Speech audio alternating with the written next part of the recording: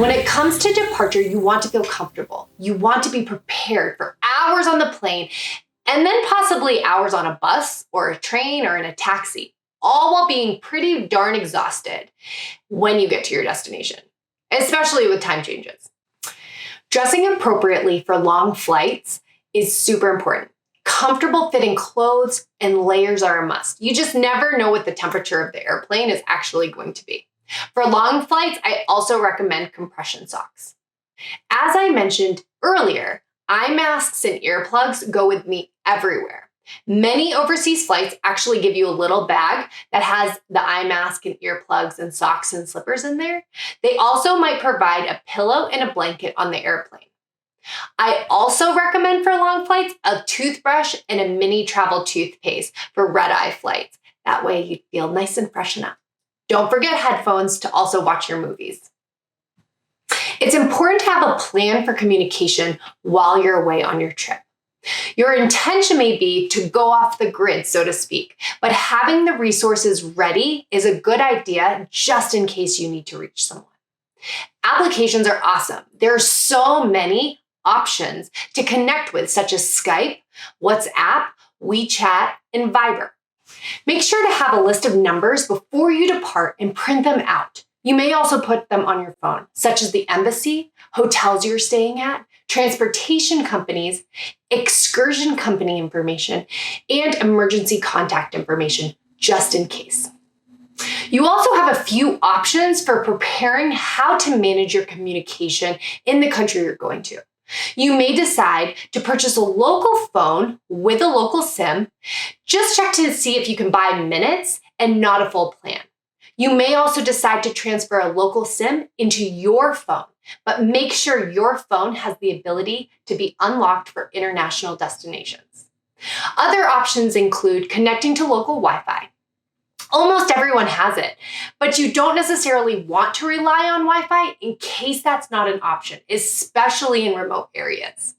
If you're traveling out of bounds or off the grid, there are options such as spot devices or satellite phones.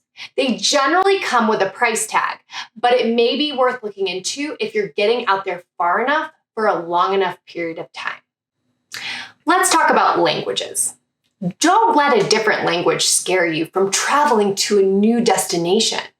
Although it can feel very intimidating, it's an amazing opportunity to open up the world around you. Here are some tips that will help you out. In general, it is really great if you can learn a few phrases. Most cultures really appreciate when you make the effort to try to communicate, even if it's just a tiny little bit, and try to learn a bit while you're there. Write down some words and some phrases that will get you through the most important things. For example, hello, goodbye, thank you, where's the bathroom? Have a way to translate or look up words as well if you don't know something. Take a pocket dictionary with you or download Google Translate in the specific language you are speaking. Have a notebook to take notes on different words and phrases that you learn throughout your trip so you can have something when you get home.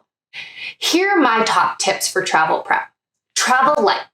Less is more, and it's way more enjoyable when you don't have a ton of things to lug around. Plus, you may want to buy some souvenirs and gifts to bring home, so having some room in your suitcase is not a bad idea. Brush up on cultural norms for the country that you're traveling to and respect them. Make sure that your passport does not expire within 6 months of travel. Look into getting global entry or TSA pre-check if you're going to be traveling a bunch. It does save time. Bring snacks for your travels. And be patient with yourself, especially if this is your first time. And be patient with the destination you're traveling to. Remember that you're on their time. I want to say one common thing that people get wrong when traveling is packing way too much when they really don't need it.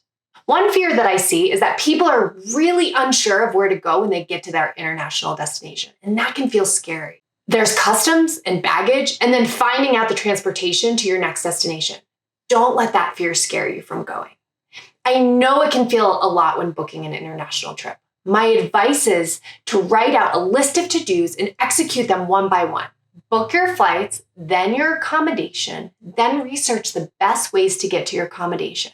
It's a process, and although it can feel sometimes like so much, just do it one bite at a time. Don't forget to do some research and read reviews before you book.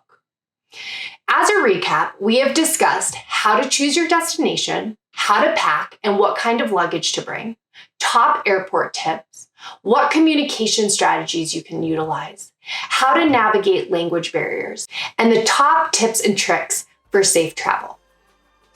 In the next section, we're going to talk about security and risk assessment and what that looks like.